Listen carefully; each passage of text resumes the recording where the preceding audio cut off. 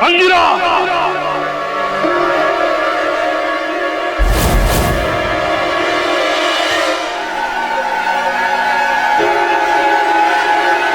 अंगिरा! अपने पाप का प्रायश्चित करने के लिए तैयार हो जाओ।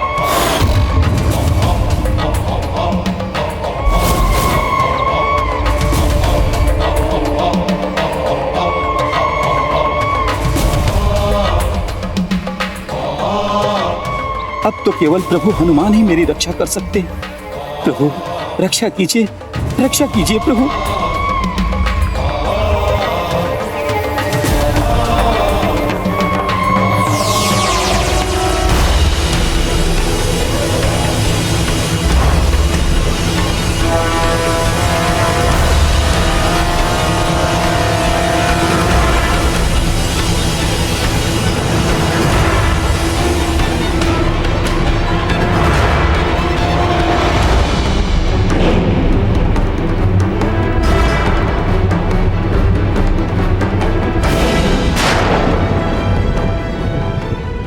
नारायण नारायण, अनर्थ हो गया माता, घोर अनर्थ हो गया।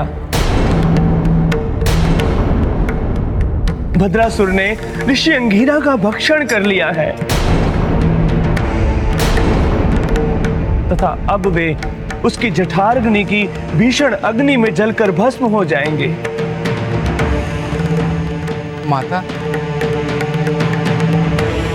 यदि ऐसा हुआ तो इस सृष्टि के लिए बहुत बड़ा संकट होगा, क्योंकि सप्तऋषियों का भाग्य तो एक दूसरे से जुड़ा हुआ है माता। हाँ माता, ब्रह्मदेव ने एक विशेष प्रयोजन हेतु सप्तऋषियों की रचना की थी। संसार में ज्ञान के प्रतिनिधि हैं वे माता। उनके पास भूतकाल, वर्तमान काल तथा भविष्य काल, उनके पास तीनों कालों का ज्ञान संकलित एवं संरक्षित रहता है तथा ये संसार तो नश्वर है माता। एक प्रलय के बाद सारा ज्ञान नष्ट हो जाता है, किंतु सप्तऋषि वे नश्वर नहीं हैं। उनके पास तीनों कालों का ज्ञान सुरक्षित रहता है। आपने सत्य कहा देवर्षि। सप्तऋषि अंगीरा इस संसार में ज्ञान का प्रतीक है और ज्ञान का अर्थ है प्रकाश। जब रात्रि आती है तो इसका अर्थ ये नहीं कि प्रकाश का अस्तित्व समाप्त हो गया है।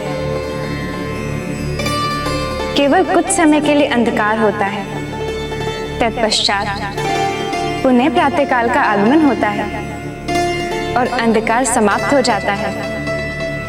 माता, इस कथन का निहितार्थ समझ नहीं आया।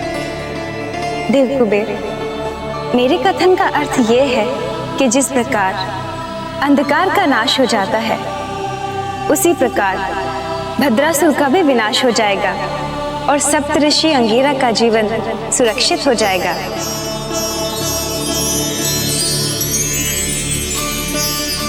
देवर्षि, अधर्म बलशाली अवश्य दिखता है, किंतु उसमें विजय जितना बल नहीं।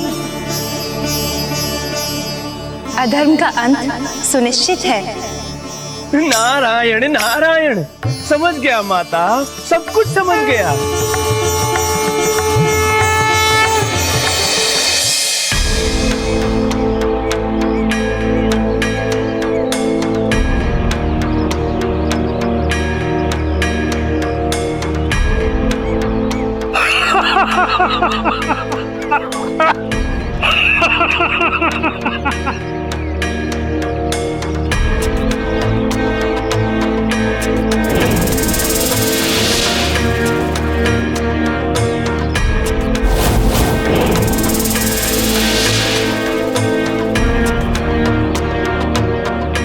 ये वानर बालक यहां भी आ पहुंचा।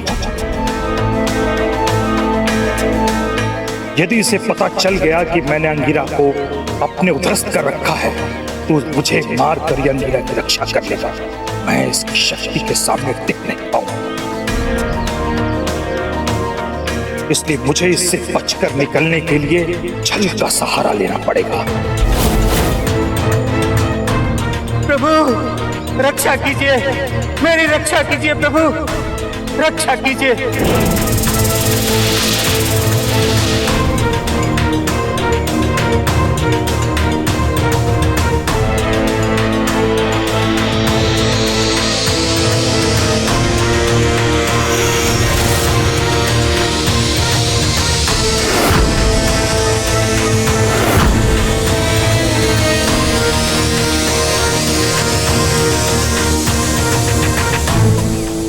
अलग निरंजन।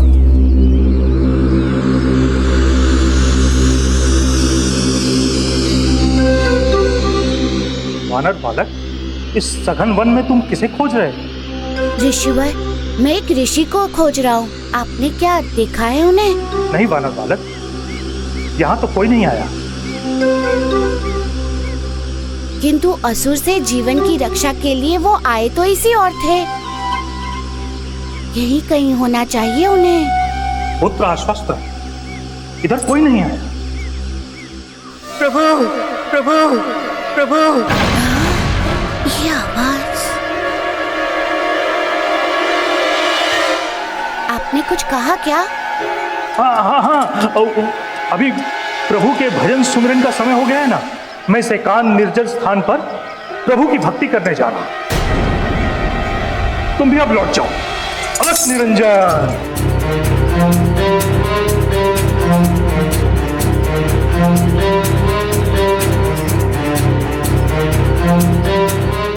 वानर बालक, अब चाहे तुम अंगिरा को तीनों लोकों में खोज लो, तुम्हें तो वो कहीं भी नहीं मिलने वाला, क्योंकि वो इस समय मेरे उदर की जटाग्नि में झुलस रहा है।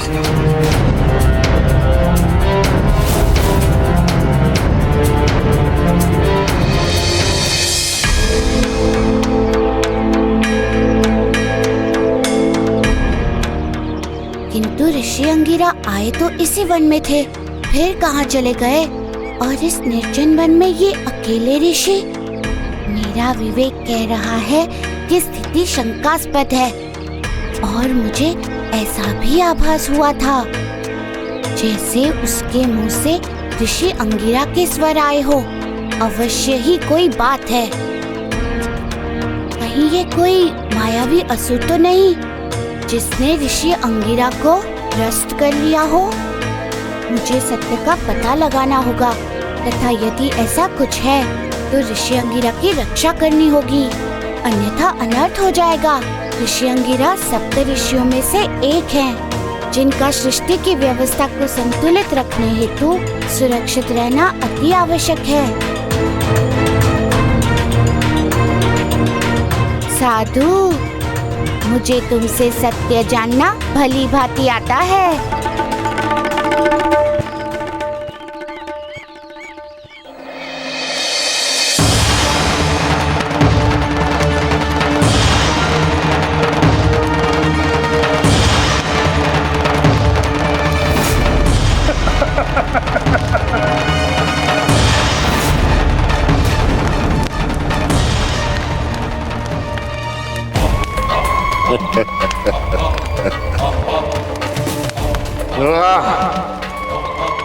भद्रासुर ने अंगिरा को उद्रस्त कर लिया।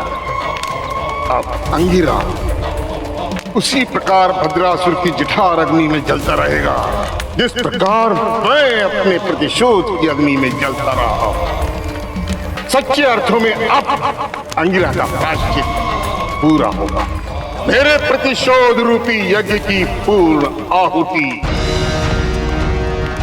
सप्त ऋषि की मृत्यु के बाद ही स्वर्ग में ज्ञान समाप्त हो जाएगा, देवता निर्बल हो जाएंगे, और तब मेरे असुर स्वर्ग लोक पर आक्रमण करके उसे अपने अधिकार में ले लेंगे। सर्वत्र असुरों का आधिपत्य होगा, सर्वत्र।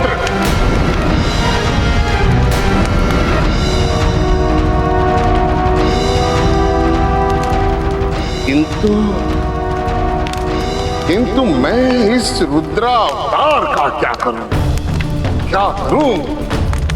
मेरे प्रतिशोध के मार्ग में सबसे बड़ी बाधा वही है सबसे बड़ी बाधा। वैसे भी उन्हें भद्रासुर पर संदेह हो गया है और उस संदेह का ही परिणाम है रुद्रावतार का प्रयास अंगिरा को बचाने का। किंतु मैं भृगुपुत्र शुक्राचार्य उनका ये प्रयास कदापि सफल नहीं होने दूंगा। अंगिरा की मृत्यु अटल है, उसे कोई नहीं टाल सकता, स्वयं रुद्रावतार भी नहीं। मरना ही होगा अंगिरा को, मरना ही होगा। ये मेरी अटल प्रतिज्ञा है, अटल प्रतिज्ञा।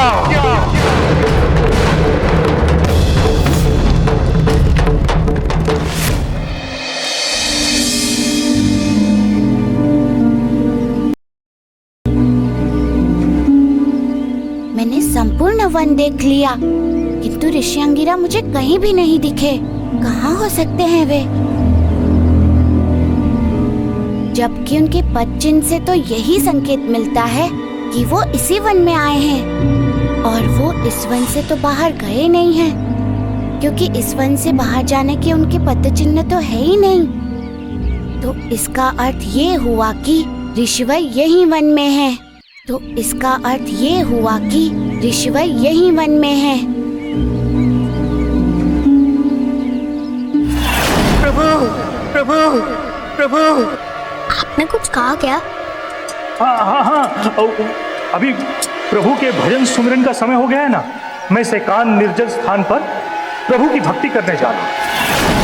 यदि मैं सही हूँ तो उस ऋषि के मुख से मुझे एक स्वर सुनाई दिया था, प्रभु मेरी रक्षा करो।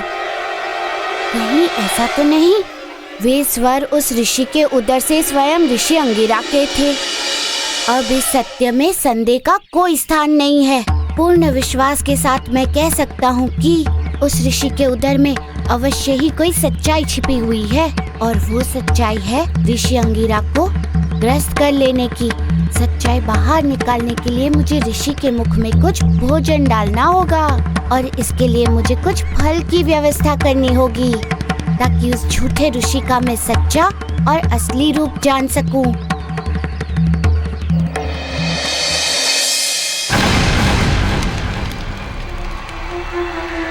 नहीं, कदापि नहीं। रुद्रावतार, मैं आपको किसी भी प्रकार भद्रासुर तक पहुंचने नहीं दूंगा। इस बार अंगिरा को कोई नहीं बचा सकता। इस बार उसका अंत निश्चित है, और उसके अंत के लिए मुझे आपको तब तक रोकना होगा जब तक अंगिरा भद्रासुर की जठार अग्नि में जलकर भस्म नहीं हो जाता। रुद्रावतार, मैं आपको और आपके आचरण दोनों को भली भांति जानता हूं। मैं जानता हूं कि शक्ति के द्वारा आपको रोकना असंभव है, किंतु धर्म के द्वारा उतना ही सहज, क्योंकि धर्म के सम्मुख आपकी शक्ति निष्क्रिय हो जाती है, बिल्कुल विफल हो जाती है, और अब धर्म ही आपके मार्ग को अवरुद्ध करेगा और मेरी योजना में सहायक होगी। आज इस विकला को महाज्ञानी असुरों और तामसी शक्तियों के रक्षक भृगुपुत्र शुक्राचार्य ने याद किया है। इसका अर्थ है अवश्य ही कोई विशिष्ट कार्य होगा। तुम्हारा अनुमान सत्य है विकला। कार्य अति विशेष, और उस कार्य को केवल तुम ही कर सकती हो। ऐसा क्या विशिष्ट कार्य है गुरुदेव, जिसे परिणाम में परिवर्तित करने के लिए एक असुरों के गुरु को यक्षिनी को याद करना पड़ा है? विकला, मुझे अपने प्रतिशोध के यज्ञ की पूर्ण आहुति के लिए मुझे रुद्रावतार को रोकना है। असुर ये कार्य नहीं कर सकते, और बल का प्रयोग उनके सम्मुख करना व्यर्थ है। यदि उन्हें रोका जा सकता है तो केवल धर्म, ममता और कल्याण की भावना के द्वारा, और ये कार्य तुम भली भांति कर सकती हो, क्योंकि मैं जानता हूं तुम एक यक्षिणी हो। तुम्हारे अंदर धर्म, अधर्म, कोमलता, क्रूरता, ममता और हिंसा सब एक साथ वास करते हैं। केवल तुम ही हो जो उन्हें अपने आचरण के द्वारा अंगिरा को खोजने से रोक सकती हो। आप महाज्ञानी होते हुए भी अपने प्रतिशोध को भुला नहीं पा रहे हैं। जानते हो क्यों? क्योंकि अधर्म का अपना ही एक आनंद है, हिंसा का अपना ही एक अलग सुख है, और आपको इसी में परम सुख आनंद मिलता है। आपने इस कार्य का उत्तरदायित्व मुझे सौंपा है। हालांकि ये कार्य करने से मुझे तो कोई लाभ नहीं है, किंतु मैं आपके लिए ये कार्य अवश्य करूंगी। मैं मारुति को प्रतिशोध के युद्ध में बाधक बनने से रोकूंगी। आपके लिए नहीं, अपने अधर्म के आनंद के लिए जरूर रोकूंगी।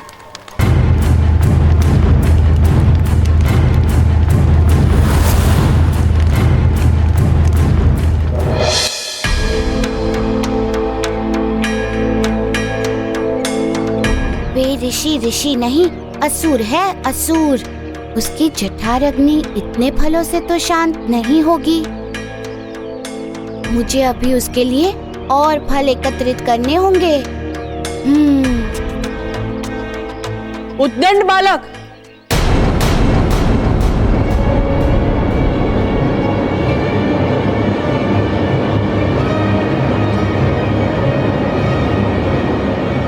तुम ये क्या अनर्थ कर रहे हो? वानर बालक, तू जानता है तू क्या कर रहा है? हाँ, मैं जानता हूँ। मैं तो फल तोड़ रहा हूँ। नहीं रे मूर्ख बालक, तू केवल फल नहीं तोड़ रहा है, बल्कि फल के रूप में इस वन के प्राण को नष्ट कर रहे हो, प्राण को। उद्दंड बालक, तुम नहीं जानते, इन फलों में इस वन के प्राण बसते हैं, प्राण। प्राण? हाँ हाँ, प्राण। वनस्पति जिज्ञाता, आप कौन है देवी? इस वन की रक्षिका यक्षिणी विकला हूँ मैं। प्रणाम देवी। क्या फल तोड़ना इस वन में अपराध है? हाँ हाँ, बहुत बड़ा अपराध है। किंतु फल तोड़ना तो मैंने कहीं और कभी भी अपराध तो सुना ही नहीं है। विधाता ने प्रकृति में फल और फूल तोड़ने के लिए ही तो रचे हैं, ताकि मनुष्य अपना मर्जन सिद्ध कर सके, भोजन और भजन का, अर्थात तृप्ति और भक्ति का। मैं तो यही जानता हूँ कि वन के फलों पर सभी प्राणियों का अधिकार होता है। मूर्ख बालक, वे वन और होते हैं और उन फलों के वन भी और होते हैं। समस्त मनुष्य के समान अधिकार के लिए ना तो ये वन है और ना ये फल। तुमने जिस फलों को तोड़ा है ना, उसमें इस वन के जीवन का वास था और तुमने उसे ही मरोड़ दिया। देवी, अब तक आपकी बात मेरी समझ में नहीं आ रही है। समझ जाओगे। समझने के लिए एक बार पीछे मुड़ के तो देखो।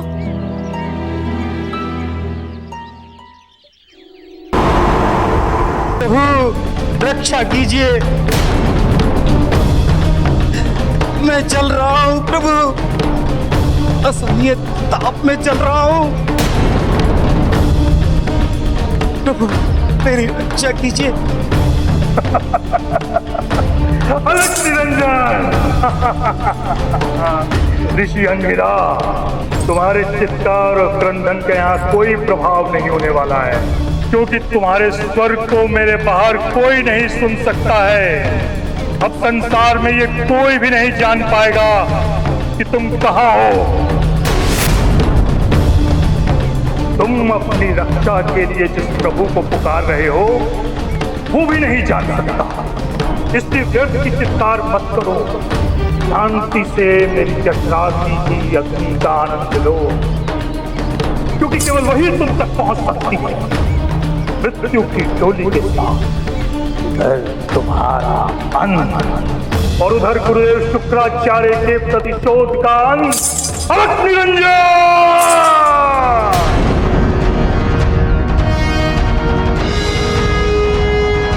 भद्रासुर, तू असुर है ना? इसीलिए तुझे शाश्वत सत्य का ज्ञान नहीं है। इस संसार में कण कण में ईश्वर वास करता है। जहां तक सूर्य की किरणें नहीं पहुंचती, वहां भी सर्वव्यापी ईश्वर देख सकता है। तू मेरे प्रभु की दृष्टि से अधिक समय तक नहीं बच सकता। तेरा अंत निकट है, तेरा अंत निकट है भद्रासुर। मेरे प्रभु मेरी रक्षा हेतु आते ही होंगे। हाँ भद्रासुर, मेरे प्रभु मेरी रक्षा हेतु आते ही होंगे। अलख निरंजन! क्या अंत मेरा नहीं, तुम्हारा होगा, तुम्हारा। क्योंकि यहां तुम्हारी रक्षा के लिए कोई भी नहीं पहुंच सकता, यहां तक कि यमदूत भी नहीं। तुम्हारी आत्मा भी मेरे भीतर ही रहेगी, उसे भी सदगति नहीं होगी। अंगिरा, एक बात बताओ, तुम्हारे प्रभु अब किसे कथा सुनाए? बेचारा मारुति। अलख निरंजन!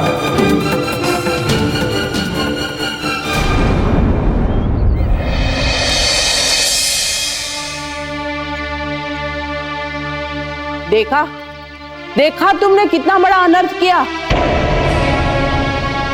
इस वन में समस्त पशुओं और पक्षियों का आवास गृह था। इसकी हरियाली से मनुष्य को जीवन प्राप्त होता था। तुमने सबको मृत कर दिया, सबका जीवन, सबका स्पंदन, सब कुछ। देवी, यदि ये फल इस वन के लिए इतने महत्वपूर्ण थे, तो इसका रक्षक क्यों नहीं था? इस वन की रक्षिका मैं हूँ। तो आपने मुझे प्रारंभ में क्यों नहीं रोक दिया? तो कहाँ थी तब आप? स्वयं भी अब पछता रही हैं और मुझे भी अब ग्लानि और अपराध की रोष से भर दिया। मुझे तो यही समझ में नहीं आ रहा है कि तुम यहाँ आए और मुझे पता ही नहीं चला। कुबेर ने इन फलों की रक्षा का भार मुझे सौंपा है। तब से इतिहास में यह प्रथम अवसर है कि मेरे होते हुए आज तक ऐसा कोई अवसर यहाँ नहीं हुआ कि कोई साधारण मनुष्य आके इस फल को तोड़े। तुमने इस फलों को तोड़ा है, अर्थात तुम में जरूर कोई विशिष्ट शक्ति है, अन्यथा मेरी सुरक्षा का घेरा तोड़ना सहज नहीं है। अब तुम्हारे इस अपराध का दंड मुझे भुगतना होगा। कुबेर अब मुझे मृत्यु दंड देगा। अब इस वृद्ध अवस्था में तुम्हारे कारण मुझे मृत्यु दंड प्राप्त होगा। देवी, आप चिंता मत कीजिए, मैं आपको कुछ नहीं होने दूंगा। आप शांत हो जाइए तथा मुझे एक बात बताइए। अब बताने को बचा ही क्या है जो मैं तुम्हें बताऊं? देवी, आप अनुभवी हैं।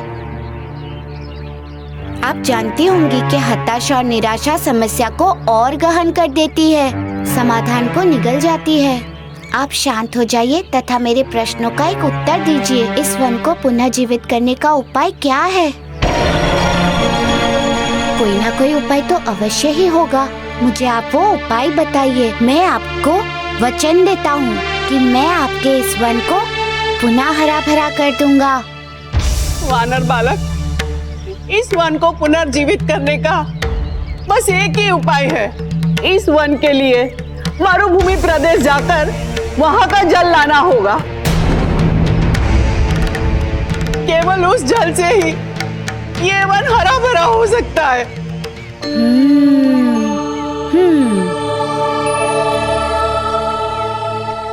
देवी, आप चिंता मत कीजिए। मैं इस वन को जीवित करने के लिए मरुभूमि प्रदेश का जल अवश्य ही लाऊंगा। किंतु वहां से जल लाना संभवित नहीं है, क्योंकि वहां जो भी जल लेने गया जीवित नहीं लौटा है। देवी, आप उसकी चिंता मत कीजिए। अपने मन से शंका एवं भय को निकालकर फेंक दीजिए तथा मेरे लौटने की यहाँ प्रतीक्षा कीजिए। आप आश्वस्त रहिए।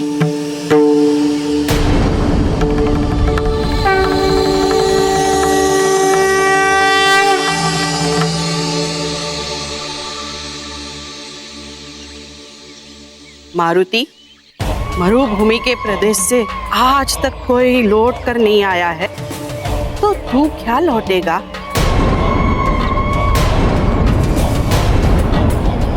और यदि दुर्भाग्यवश लौट कर भी आया, तब तक तो अंगिरा की मृत्यु हो चुकी होगी। देवर्षि, अब क्या होगा? यह छीणी ने तो प्रभु हनुमान के साथ बहुत बड़ा छल किया है, उन्हें मरुभूमि प्रदेश भेज दिया। वैसे प्रदेश जो अत्यंत भयानक है, ऐसे प्रदेश को मरुभूमि नहीं बल्कि मृत्यु भूमि कहना चाहिए।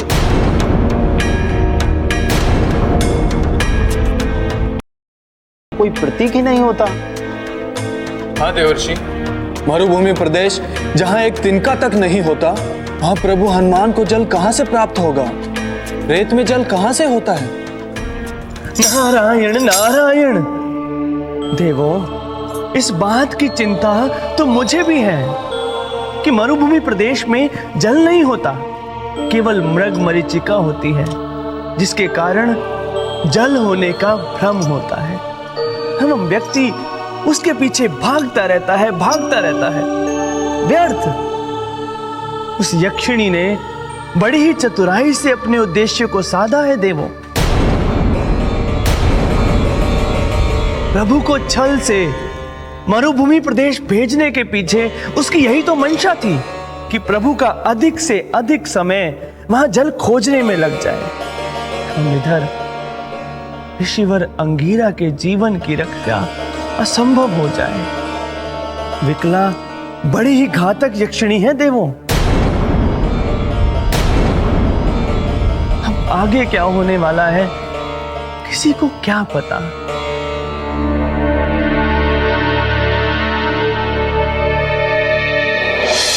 अभी तो यहाँ जल दिखाई दिया था, अचानक विलुप्त हो गया वो जल। आगे देखता हूँ।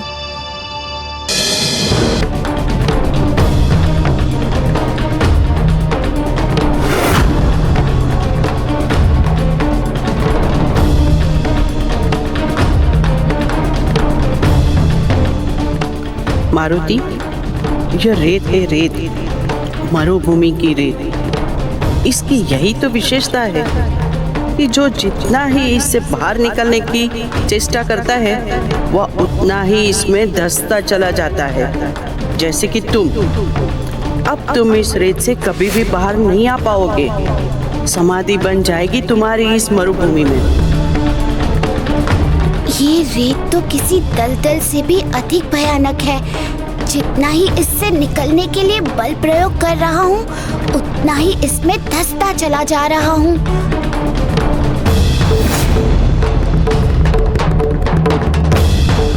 क्या करूँ? कौन सा मार्ग अपनाऊं?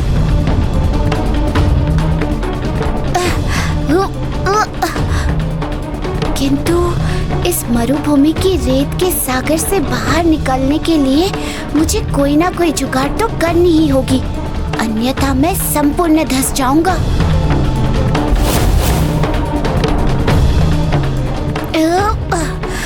मेरा विलय हो जाएगा इस रेत में। दिख गया उपाय, दिख गया। इस रेत के सागर से बचने का उपाय दिख गया।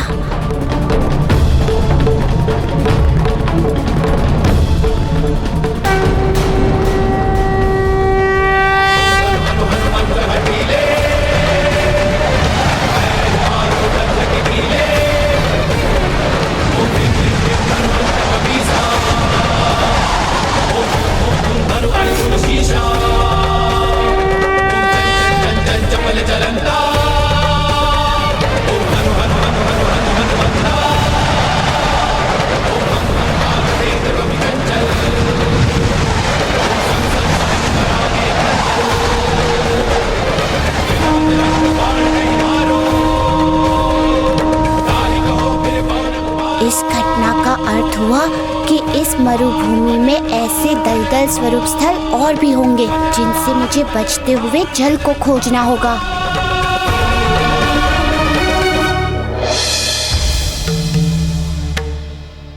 माता, मैं समझ नहीं पा रहा हूँ। क्या देव कुबेर? यही माता कि मरुस्थल तो एक मृत स्थान होता है, वहाँ जीवन तो होता ही नहीं है। फिर भला प्रभु हनुमान को वहाँ जल कहाँ से और कैसे प्राप्त होगा?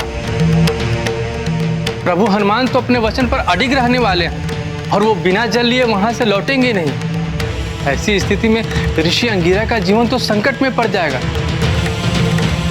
तथा यक्षिणी अपने उद्देश्य में सफल हो जाएगी और उसके साथ साथ उधर शुक्राचार्य भी। देव कुबेर, जब से इस सृष्टि की रचना हुई है तब से एक बार भी ऐसा नहीं हुआ कि अधर्म अपने उद्देश्य में सफल रहा हो। हाँ, धर्म पर संकट अवश्य आया है, परीक्षाओं की कसौटी उसे अवश्य पार करनी पड़ती है, किंतु अंत में विजय धर्म की ही होती है। आपका कथन सदैव स्वीकार है माता, परंतु इस बार स्थिति बिल्कुल प्रतिकूल है। भला मरुस्थल में जल कहाँ से आएगा? देव कुबेर, आपका कथन सत्य है। होना तो वैसा ही चाहिए जैसा आप कह रहे हैं। मरुस्थल में जल मिलना नहीं चाहिए, किंतु इस संसार में कई बार जो दिखता है वो होता नहीं। मैं समझा नहीं माता। देव कुबेर, ये संसार विलक्षण है। यहाँ कई बार उपजाऊ धरती पर भी अंकुर का एक बीज नहीं फूटता और कई बार कठोर पत्थर की छाती भेदकर पौधे उग जाते हैं। ऊपर से कठोर दिखने वाले श्रीफल के भीतर कितना मृदु और कितना सुस्वाद छुपा होता है। वट के बीज को देखकर भला कौन कह सकता है कि उसके भीतर एक विशाल वृक्ष का वास है। कठोर पर्वतों के हृदय से कलकल करती नदियां कैसे फूट पड़ती हैं। कहने का अर्थ है कि आवश्यक नहीं किसी से जन्म लेने वाली वस्तु उसके भीतर पहले से दिखाई दे। जिस प्रकार ज्ञानी जन शरीर में छिपे रोग को पहचान लेते हैं, उसी प्रकार ज्ञानी जन रेत में छुपी हुई नदियों को भी पहचान लेते हैं। तदुपरांत सर्वोपरि तो ये है कि इस संसार में हनुमान के लिए क्या संभव है। जय बजरंग बली, जय बजरंग बली, जय बजरंग बली।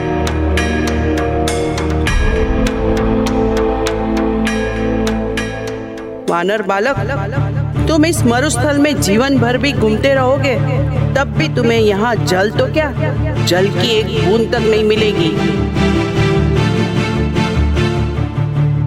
क्योंकि मरुस्थल का अर्थ ही है मृत स्थल अर्थात जीवन विहीन स्थल। ऐसा संभव नहीं हो सकता कि यहाँ जल ना हो, क्योंकि ये पृथ्वी अनेकों बार जलमग्न हो चुकी है तथा इस पृथ्वी पर हर स्थान पर जल है। बस अंतर केवल इतना है कि कहीं जल पृथ्वी के सतह के ऊपर है तो कहीं जल पृथ्वी के सतह से नीचे। और किसी भी धरती के बंजर होने का भौगोलिक एवं वैज्ञानिक कारण क्या है? जब उस धरती का जलस्तर बहुत नीचे चला जाए तो इसका अर्थ हुआ कि इस मरुस्थल में जल बहुत बहुत नीचे से प्रवाहित हो रहा है। इसलिए मुझे अब क्या करना होगा मैं समझ गया।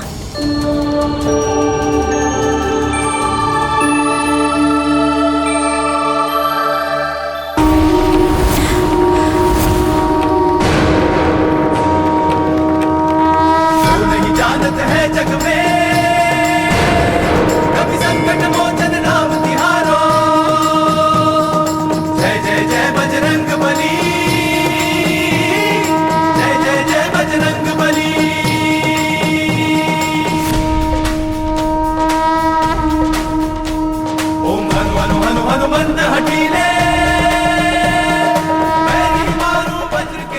हो सकता, ये असंभव है, घोर असंभव। जय जय जय बजरंग बली, जय जय जय बजरंग बली, जय जय जय बजरंग बली, जय बजरंग बली। ओम हनु हनु हनु हनुमंत हठीले, बैरी मारू बजरंगीले। ओम ह्रीं ह्रीं ह्रीं हनुमंत कपीसा, ओम हुम हुम हुम हुम हनु हरिसीसा। बजरंग बली, बजरंग बली,